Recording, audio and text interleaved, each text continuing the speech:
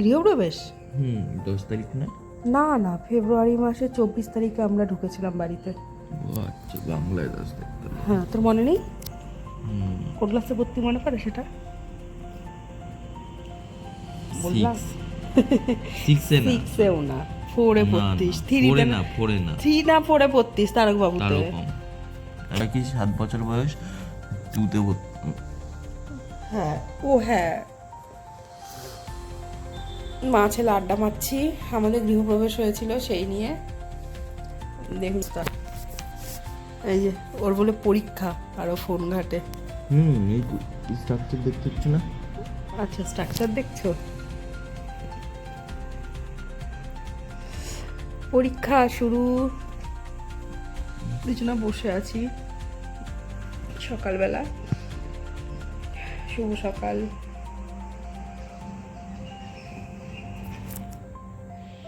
আমার এই জানালাটা দিয়ে, কালকে সোয়েটারটা ধুয়ে দিয়েছিলাম, এই জানালাটা দিয়ে এত সুন্দর রোদ আসে।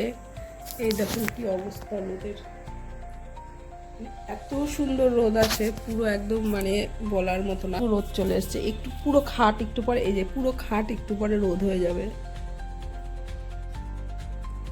শীতকালটা এই জানালাটা দিয়ে যদি আমরা বসে থাকি, শীতকালটা আমাদের এত ভালো যায়, মা ছেলে দুজনারই। এই দেখুন কি অবস্থা রোদ, ওই ঘরটায় আরও বেশি রোদ আসে, আর এই জায়গাটা থাকাতে একটু কম আসে রোদ, কিন্তু ওই ঘরটায় আরও সুন্দর রোদ আসে, হেভি সুন্দর, মানে হেভি সুন্দর। তো আমরা শীতকালটা এইভাবেই রোদ পোহাই, আমাদের ছাদে যেতে হয় না, এটাই হচ্ছে বিষয়। দেখতে থাকুন ভিডিওটি, আশা করি ভালো লাগবে। আগেকার দিনে এরকম চুরি চামারি হতো, আগেকার দিনে হতো এরকম চুরি চামারি, তোমার এই যে চোর, তারপরে ছ্যাঁচড়ামি চোর। এখনকার দিনে অত ছ্যাঁচড়ামি চোর কেমন হয় বলো তো? টুকু কি বলছো বলো স্ট্রবেরির কথা? হ্যাঁ, স্ট্রবেরিটা লাল হয়েছে। এখন লাল স্ট্রবেরি দেখতে যাচ্ছি।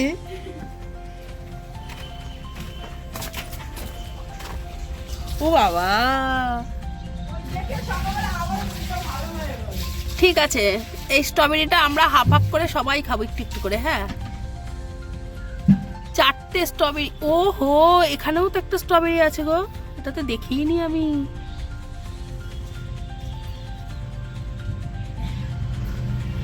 এটুকু আমরা সবাই মিলে খাবো। হ্যাঁ, এটুকুনি স্ট্রবেরি, টুকু 10-12টা। শোনো, কথায় আছে, যদি হও সুজন তেঁতুল পাতায় নজন। সেখানে দাঁড়িয়ে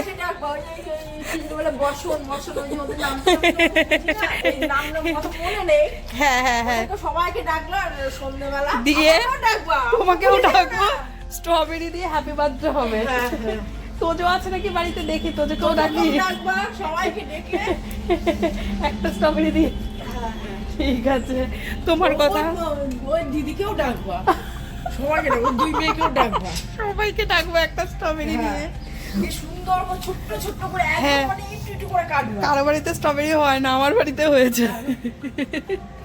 সবাইকে ডেকে সবাইকে আর ডাকবো। নিজের গাছের জিনিস, উরি বাবা, নিজে হাতে গাছটা বড় হয়েছে, হ্যাঁ বড় সেটা হয়েছে, ফল দিয়েছে, তাহলে সবাই মিলে সবার। একা কিন্তু খাবা না কিন্তু। না না, আমি একা খেতেই পারি না, সবাইকে দিয়ে খাওয়া কিন্তু ওই স্ট্রবেরি গাছটা, বেশ, গাছটা বেশ। না, এই ফলটা। বেশ বেশ, লাগাচ্ছি আমি, তুমি যাও। ওই একটা স্ট্রবেরি নিয়ে সকাল থেকে হচ্ছে। আমি একা খেলে পেটে ব্যথা হবে স্ট্রবেরি, তাহলে বরং তাহলে বরং আমি একাই খাবো, পেটে ব্যথা আমার একাই হোক।